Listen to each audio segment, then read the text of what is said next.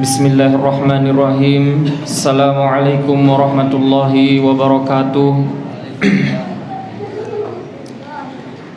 Alhamdulillahilladzi hadana lihadza wa ma kunna linahtadiya laula an hadanallah. Alhamdulillahilladzi an'ama 'alaina bi ni'matin katsirah.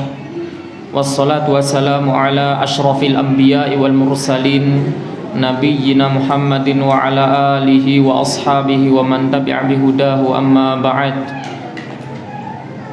Allah Subhanahu wa ta'ala berfirman di dalam Al-Qur'an, ya ayyuhalladzina amanu taqullaha haqqa tuqatih wa la tamutunna illa wa antum muslimun. Wa qala aidan, ya ayyuhalladzina amanu taqullaha wa qulu qawlan sadida yuslih lakum a'malakum wa yaghfir lakum dzunubakum wa may yuti'illaha wa rasulahu faqad faza fawzan 'azima. Alhamdulillah, di malam ini kita dapat berkumpul kembali di rumah Allah dalam rangka menuntut ilmu, dan insyaallah kita akan melanjutkan kembali pembahasan daurah kitab Al-Usul Ats-Tsalatsah. Dan sebelum ana memulai, insyaallah pertemuan kita kali ini cuma setengah jam saja, dan ana memohon maaf kepada seluruh audiens semuanya, yang mana kemarin malam mungkin ulun terlalu semangat ya, jadi sampai lupa waktu ya, terlalu kebablasan ya, ulun tidak melihat waktu.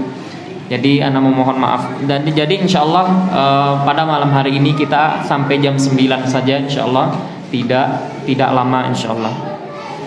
Ya. Qala al-musannif rahimahullah ta'ala, Syekh Muhammad bin Abdul Wahhab berkata di dalam kitabnya,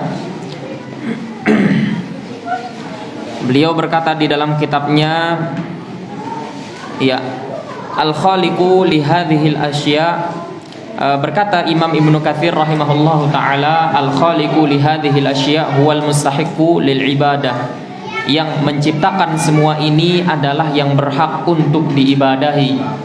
Artinya yang berhak untuk disembah, yang berhak untuk kita ibadahi hanyalah Allah Subhanahu wa ta'ala, karena dialah yang menciptakan seluruh alam semesta ini.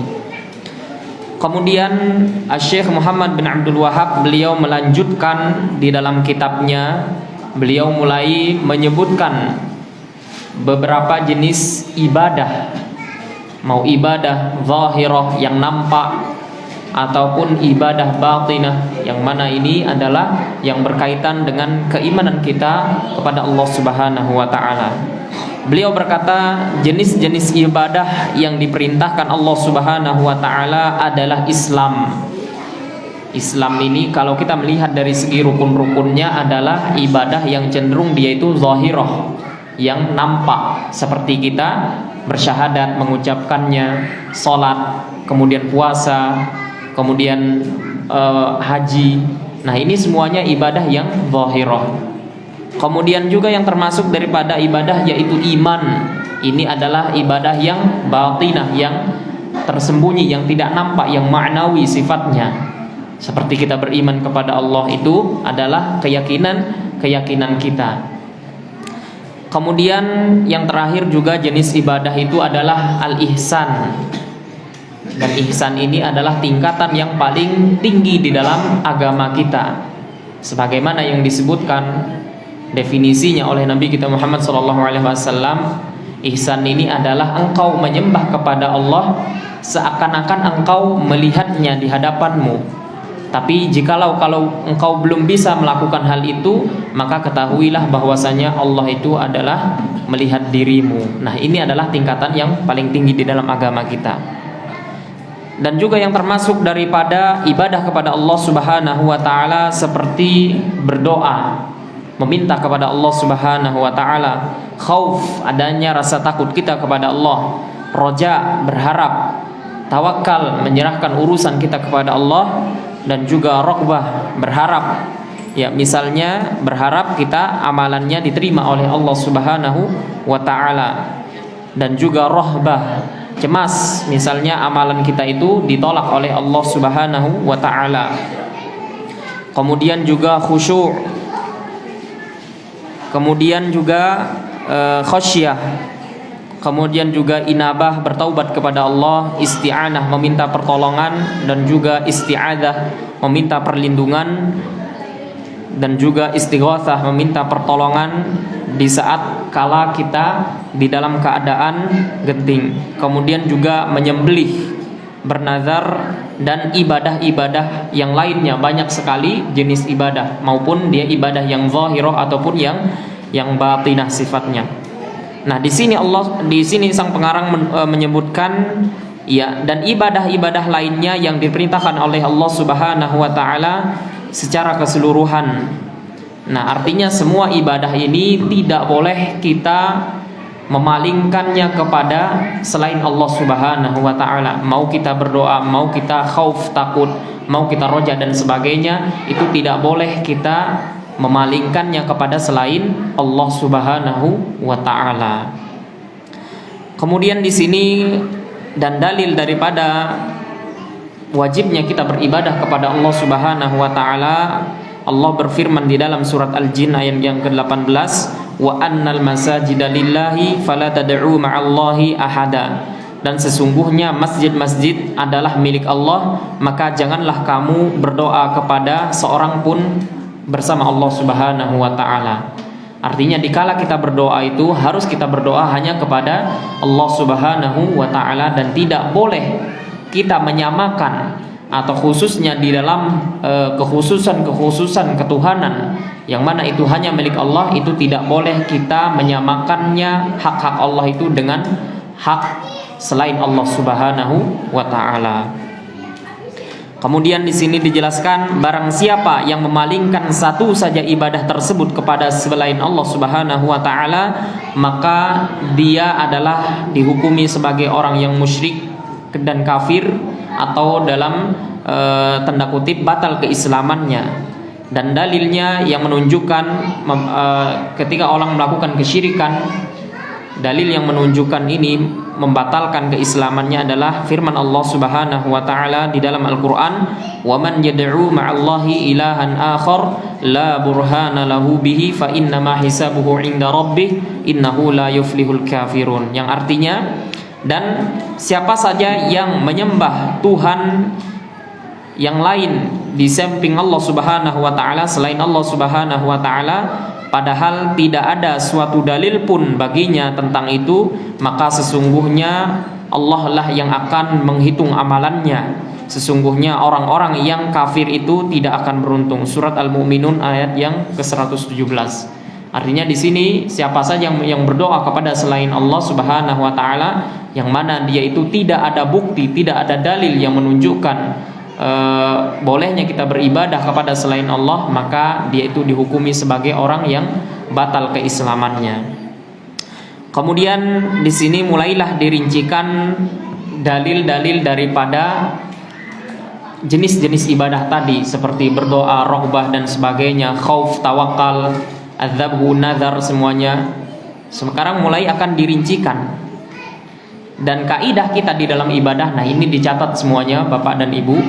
Kaidah di saat kita beribadah itu hukum asalnya haram. Hukum asal kita beribadah itu haram. Kapan kita boleh beribadah? Sampai ada dalil yang menyuruh kita untuk melakukan ibadah tersebut. Kalau tidak ada tuntunannya, jangan kita kerjakan.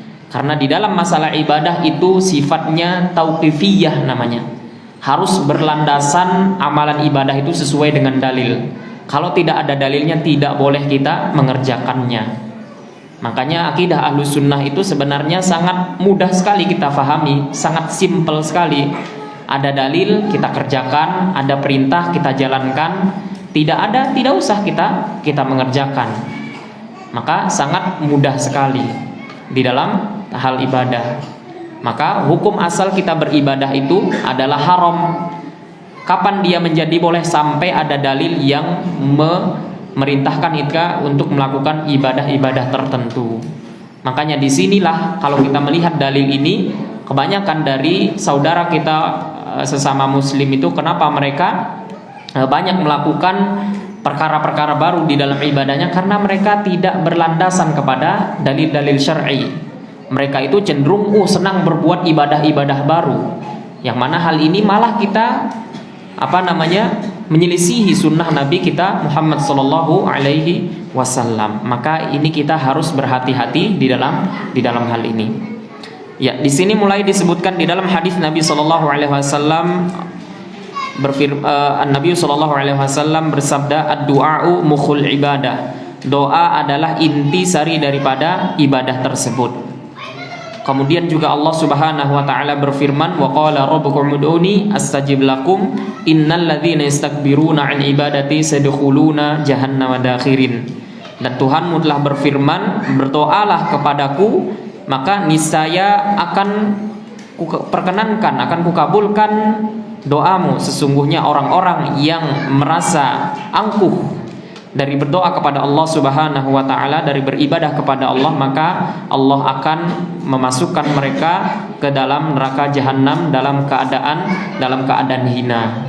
Nah, artinya kita dari dalil-dalil ini kita disyariatkan untuk berdoa kepada Allah Subhanahu wa taala. Nah, baru kita mengerjakannya. Dalilnya sudah jelas, ayatnya sudah jelas, hadisnya sudah ada, baru kita mengerjakan ibadah tersebut. Kemudian juga di sini ada dalil yang menunjukkan bahwasanya dalil khauf. Khauf ini artinya dalam bahasa kita yaitu takut kepada Allah Subhanahu wa taala. Dijelaskan di dalam Al-Qur'an, Allah Subhanahu wa taala berfirman di dalam surat Ali Imran, "Fala takhafuhum wa khafuni in kuntum mu'minin." Janganlah engkau takut kepada mereka dan hanya takutlah kepadaku jika kalian itu benar-benar beriman. Ya, dan ini adalah ibadah qalbiyah, ibadah yang bentuknya batin. Ibadah yang bentuknya batin. Ya, kita harusnya takut hanya kepada Allah Subhanahu wa taala. Kemudian Ustaz, bagaimana misalnya kalau kita takut kepada binatang buas? Nah, ini maka perlu dirinci. Kalau khaufnya bentuknya tabi'i itu yang alami, karena kan umumnya kita kalau ada binatang yang buas yang bisa menyakiti manusia, maka ini masih boleh saja kita takut kepadanya. Tapi kalau rasa takutnya yang berlebihan, maka inilah yang dilarang oleh Allah Subhanahu wa taala. Kemudian dalil ar-raja, ya Allah Subhanahu wa taala berfirman, ar-raja ini adalah maknanya berharap. Allah Subhanahu wa taala berfirman di dalam surat Al-Kahfi ayat 110, barang siapa yang mengharapkan perjumpaan dengan Tuhannya, hendaklah ia beramal dan tidak menyekutukan dengan suatu apapun dalam beribadah kepada Tuhannya. Ya, di sini roja ini pun termasuk daripada ibadah qalbiyah yang bentuknya batinah, yang tidak nampak. Kemudian juga dalil yang menunjukkan disyariatkannya kita bertawakal kepada Allah Subhanahu wa taala di dalam surat Al-Maidah, Allah berfirman, dan hanya kepada Allah lah kalian bertawakal jika kalian orang-orang yang beriman. Ya, segala urusan apapun yang kita miliki di dunia ini, mau kita pergi bekerja misalnya di pagi hari besok, itu semuanya kita serahkan kepada Allah Subhanahu wa taala. Jangan sampai kita menganggap tidak cukup saya mempunyai kemampuan, tapi saya memiliki kemampuan. Nah, bahkan kalau kita tidak menyerahkan urusan kita kepada Allah Subhanahu wa taala, bisa jadi kita itu menjadi orang yang angkuh dan sombong. Kemudian juga di dalam ayat yang lain Allah Subhanahu wa taala berfirman, dan siapa saja yang bertawakal kepada Allah, maka Allah Subhanahu wa taala akan mencukupi baginya. Nah, itulah dua dalil yang menunjukkan kita disyariatkannya bertawakal kepada Allah Subhanahu wa taala. Ya, maka di samping kita misalnya sebagian dari kita ada yang bekerja berniaga, misalnya memiliki usaha misalnya, jangan lupa ketika kita memiliki usaha kita serahkan kepada Allah Subhanahu wa taala. Tapi di sisi lain, sampingnya kita bertawakal, berdoa, kita pun harus berikhtiar agar usaha hasil yang kita dapati itu maksimal dari Allah Subhanahu wa taala. Kemudian juga dalil yang menunjukkan roghbah dan rohbah dan khusyuk, ya rasa mengharap kita kepada Allah Subhanahu wa taala dan rasa takut kita juga kepada Allah Subhanahu wa taala. Ya, di dalam ayat Al-Qur'an Allah Subhanahu wa taala berfirman di dalam surat Al-Anbiya ayat 90, ya, Mereka adalah orang-orang yang bersegera dalam kebaikan dan mereka berdoa kepada kami dengan penuh rasa harap dan cemas dan mereka khusyuk kepada kami. Nah, ini pun termasuk ibadah qalbiyah batinah, ibadah yang bentuknya di hati kita dan juga bentuknya adalah ibadah yang tidak nampak. Dan juga dijelaskan ya dalil daripada khosyah. Khosyah ini artinya rasa khawatir kita kepada Allah Subhanahu wa taala tidak diterima amalan kita. Allah Subhanahu wa taala berfirman, "Maka janganlah engkau takut kepada mereka, tetapi engkau takutlah kepadaku." Di dalam surat Al-Baqarah ayat 150. Kemudian disebutkan juga dalil daripada inabah. Inabah ini artinya adalah bertaubat kembali kepada Allah Subhanahu wa taala. Allah Subhanahu wa taala berfirman di dalam surat Az-Zumar ayat 54, "Wa anibu ila rabbikum wa aslimu lahu." Dan bertaubatlah kalian kepada Tuhan kalian dan berserah dirilah kepadanya. Nah, ini juga ibadah qalbiyah. Ternyata kita berharap bertaubat, selalu kita istighfar kepada Allah, itu adalah ibadah bentuknya, dan itu diperintahkan oleh Allah Subhanahu wa taala. Kemudian dalil daripada isti'anah. Isti'anah ini artinya meminta pertolongan kepada Allah Subhanahu wa taala. Dalil yang menunjukkan kita disyariatkannya untuk beribadah isti'anah, meminta tolong kepada Allah Subhanahu wa taala di dalam surat Al-Fatihah ayat yang keempat, "Iyyaka na'budu wa iyyaka nasta'in." Hanya kepadamu kami menyembah dan juga hanya kepadamu lah ya Allah kami meminta pertolongan. Nah, ini pun menunjukkan kita itu disyariatkan ke kita ada hajat apapun, urusan apapun, bahkan kalau orang-orang yang terdahulu bahkan sampai sandal mereka ketika hilang, mereka itu meminta bantuan kepada Allah Subhanahu wa taala. Ini menunjukkan bagaimana setiap apapun yang kita hadapi di dalam permasalahan urusan di dalam kehidupan kita, sebisa mungkin kita itu mengadu kepada Allah Subhanahu wa taala. Dan juga ada sebuah hadis dari Nabi kita Muhammad SAW, "Wa idza sta'anta fasta'in billah." Dan jikalau engkau meminta pertolongan, maka mintalah pertolongan kepada Allah Subhanahu wa taala. Apapun urusan kita, entah urusan kita dengan keluarga kita, urusan kita dengan sekolah kita, urusan kita dengan pekerjaan kita, maka sebisa mungkin kita itu meminta pertolongan kepada Allah Subhanahu wa taala. Jikalau tidak ada daya dan upaya pertolongan dari Allah Subhanahu wa taala, maka sejatinya kita tidak akan mampu melaksanakan seluruh apa yang kita inginkan. Kemudian disebutkan juga dalil daripada isti'adzah. Allah Subhanahu wa taala berfirman ya di dalam ayat Al-Qur'an, "Qul a'udzu birabbil falaq." Katakanlah aku berlindung kepada Tuhan Al-Falaq. Ya. Di sini kita juga disyariatkan ketika kita isti'adzah, ketika kita ingin meminta perlindungan, maka kita disyariatkan untuk meminta perlindungan kepada Allah Subhanahu wa taala. Mau perlindungan dari segala musibah, mau perlindungan dari segala mara bahaya, dari bala. Apalagi mungkin hari ini masih ada Covid kah? Mungkin ya, maka itu disyariatkan kita untuk berlindung kepada Allah Subhanahu wa taala. Dan demikian juga di dalam ayat surat An-Nas, Allah Subhanahu wa taala berfirman, "Qul a'udzu birabbin nas." Katakanlah aku berlindung kepada Tuhannya manusia. Kemudian juga dalil istighatsah. Istighatsah meminta pertolongan kepada Allah, khususnya di dalam keadaan kita dalam keadaan terdesak. Maka sebisa mungkin kita meminta tolong kepada Allah Subhanahu wa taala. Allah Subhanahu wa taala berfirman di dalam surat Al-Anfal ayat yang ke-9, "Idz tastaghitsuna rabbakum fastajaba lakum." Ingatlah ketika kalian itu meminta pertolongan kepada Allah Subhanahu wa taala, maka niscaya Allah pun akan mengabulkan permintaan atau pertolongan kalian kepada Allah Subhanahu wa taala. Makanya di dalam hadis juga Nabi sallallahu alaihi wasallam menerangkan ya, ta'arraf ilallahi fir rakha ya'rifka fisyiddah.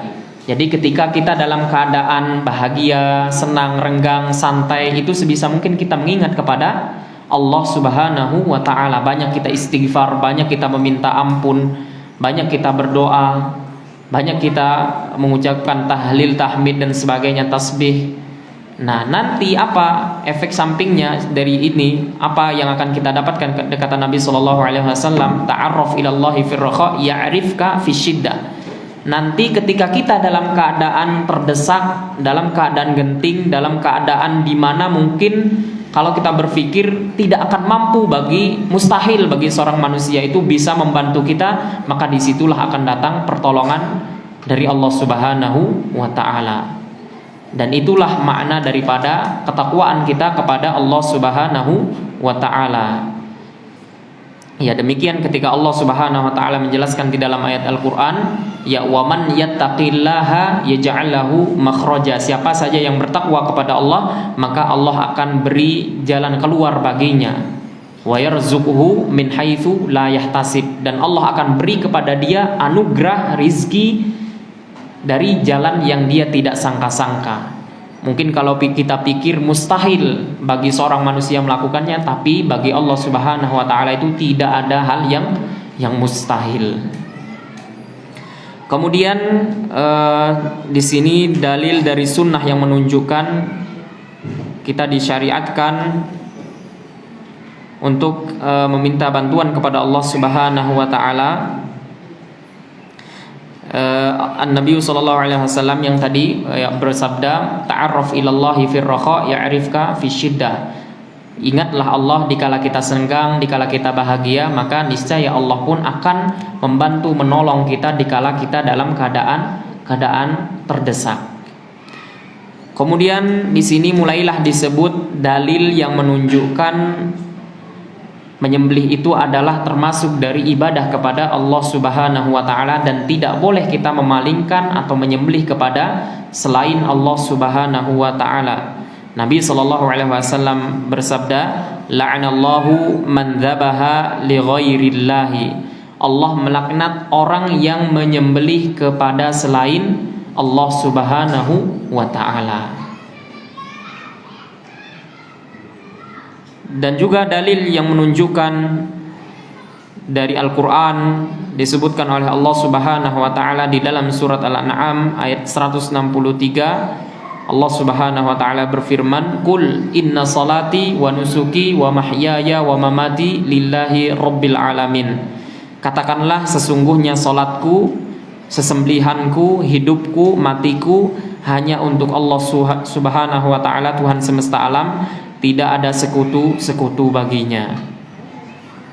Nah, ini adalah yang menunjukkan bahwasanya kita, seluruh kehidupan kita, sholat kita, ibadah kita, bahkan sampai apa yang kita sembelihkan itu harus kita peruntukkan untuk Allah Subhanahu wa ta'ala. Tidak boleh kepada selain Allah. Bahkan setingkat Nabi pun itu kita tidak boleh memberi hak dia untuk memberi hak ibadah sebagaimana kita mengkhususkan ibadah kita kepada Allah Subhanahu wa ta'ala. Walaupun sampai setingkat malaikat ini kita kenal bahwasanya mereka adalah makhluk yang paling dekat dengan Allah Subhanahu wa taala. Malaikat pun tidak memiliki hak uluhiyah, hak ketuhanan itu tidak memilikinya. Maka murni adalah hak ketuhanan itu milik Allah Subhanahu wa taala. Tidak boleh kita memalingkannya kepada selain Allah Subhanahu wa taala. Kemudian dan juga dalil yang menunjukkan nazar. Ya, nazar ini kalau di dalam bahasa kita itu adalah seperti kita mengungkapkan janji kepada Allah Subhanahu wa taala di dalam hal ibadah untuk kita tepati. Misalnya nazar ini contohnya, kalau saya misalnya menghafal 5 juz, nanti saya akan bersedekah nasi padang misalnya, 1 kotak nasi padang. Nah, ini adalah dinamakan dengan nazar. Atau misalnya kalau saya misalnya lulus ujian nasional misalnya, nanti saya akan berpuasa 3 hari. Nah, ini namanya nazar, membuat janji kepada Allah Subhanahu wa taala kalau kita mendapatkan hal yang kita inginkan. Nah, maka ini adalah dinamakan nazar. Apa dalil daripada nazar ini? Bolehnya kita bernazar melakukan ibadah seperti itu. Apa kata Allah Subhanahu wa taala di dalam ayat Al-Qur'an? Yufuna bin nadri wa yakhafuna yauman kana syarruhu mustatira. di dalam surat Al-Insan ayat yang ketujuh, yang artinya ya mereka menunaikan nazar dan takut akan sesuatu hari yang azabnya merata di mana-mana ya. Jadi di sini pun orang yang takut kepada azab Allah Subhanahu wa taala, ketika mereka sudah membuat janji kepada Allah, di dalam nazar mereka pun menepatinya. Yufuna bin nadhri, mereka menepati janji nazar mereka kepada Allah Subhanahu wa taala. Nah, itulah beberapa jenis ibadah yang Allah Subhanahu wa taala syariatkan untuk kita semuanya. Ya, sebenarnya banyak ibadah-ibadah yang lainnya, tapi inti daripada semua ibadah ini yang di awal sudah saya bilang tadi, bahwasanya hukum awalnya di dalam kita beribadah itu adalah haram. Kapan bolehnya? Sampai ada dalil yang menyuruh kita untuk melakukan ibadah tersebut. Jadi kalau kita sudah memiliki kaidah ini, otomatis segala bentuk ibadah-ibadah baru di dalam agama itu bisa kita bantah.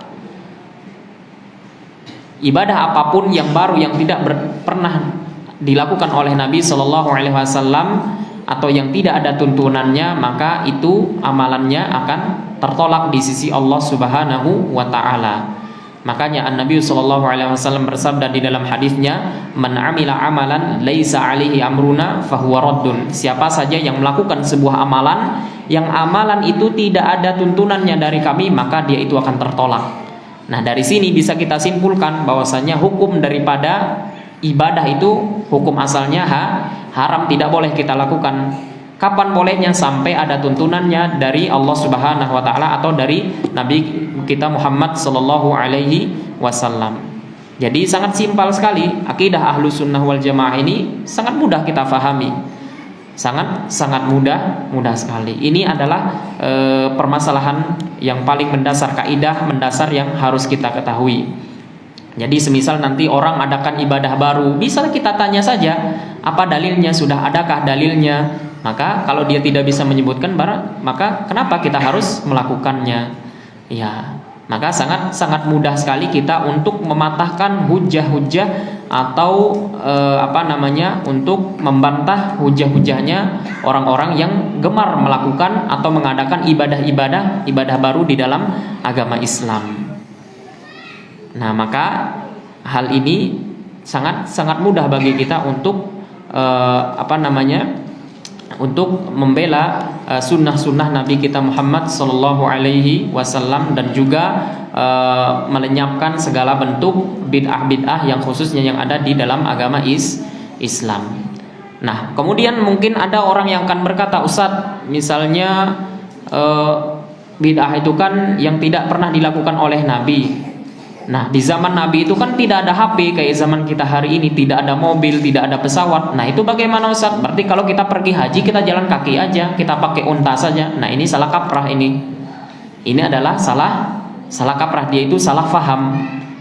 Yang dimaksud Nabi Shallallahu Alaihi Wasallam itu tidak boleh kita mengada-ngadakan itu di dalam perkara agama. Misal kita sholat subuh 2 rakaat. Saking semangatnya, nggak apa-apa saya tambah jadi 4 rakaat. Nah, ini namanya menambah-nambah, membuat ibadah baru di dalam agama Islam. Tapi kalau urusan dunia, apa kata Nabi SAW? Antum a'lamu bi umuri dunyakum. Kita itu lebih tahu daripada perkara-perkara dunia kita.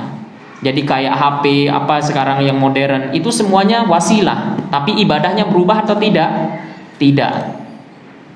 Nah, ini yang perlu kita perhatikan, karena ada sebagian orang yang menyangka, tidak boleh berarti berbuat hal-hal baru di dalam agama Islam, berarti tidak boleh kita gunakan mobil yang ada saat ini, tidak boleh kita gunakan HP, tidak boleh kita pergi haji dengan pesawat, kita pakai unta saja. Nah, ini malah merusak dia. Agama yang aslinya mudah, malah dia persulit dengan pemahamannya yang salah. Maka ini harus kita pahami bersama agar kita tetap di atas sunnah Nabi kita Muhammad Sallallahu Alaihi Wasallam. Jadi semua itu adalah seperti pesawat, mobil, itu semuanya hanya wasilah saja.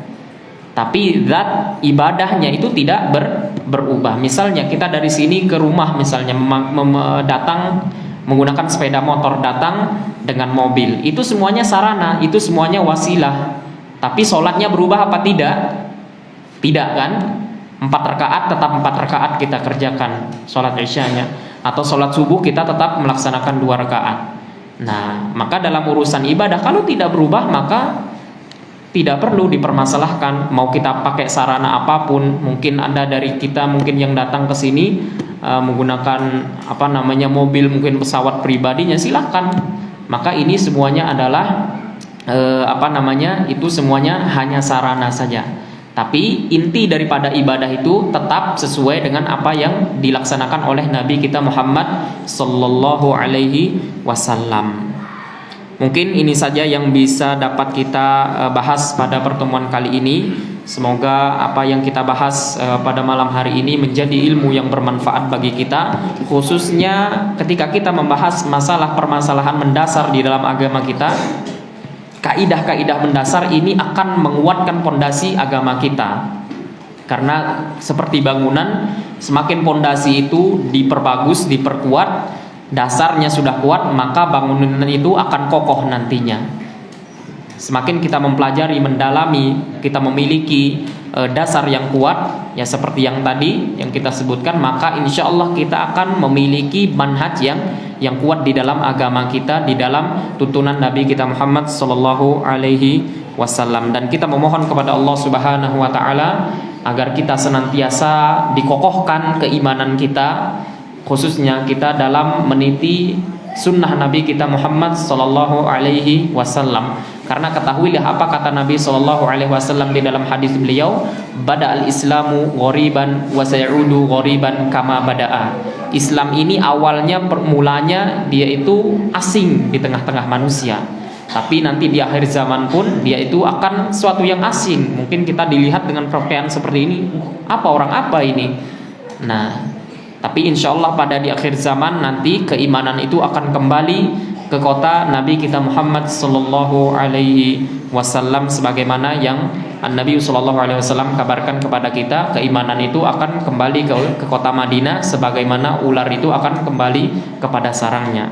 Dan kita akhiri pertemuan kita, wa akhiru da'wana alhamdulillahi rabbil alamin, subhanakallahumma wa bihamdika asyhadu an la ilaha illa anta astaghfiruka wa atubu ilaika. Wassalamualaikum warahmatullahi wabarakatuh.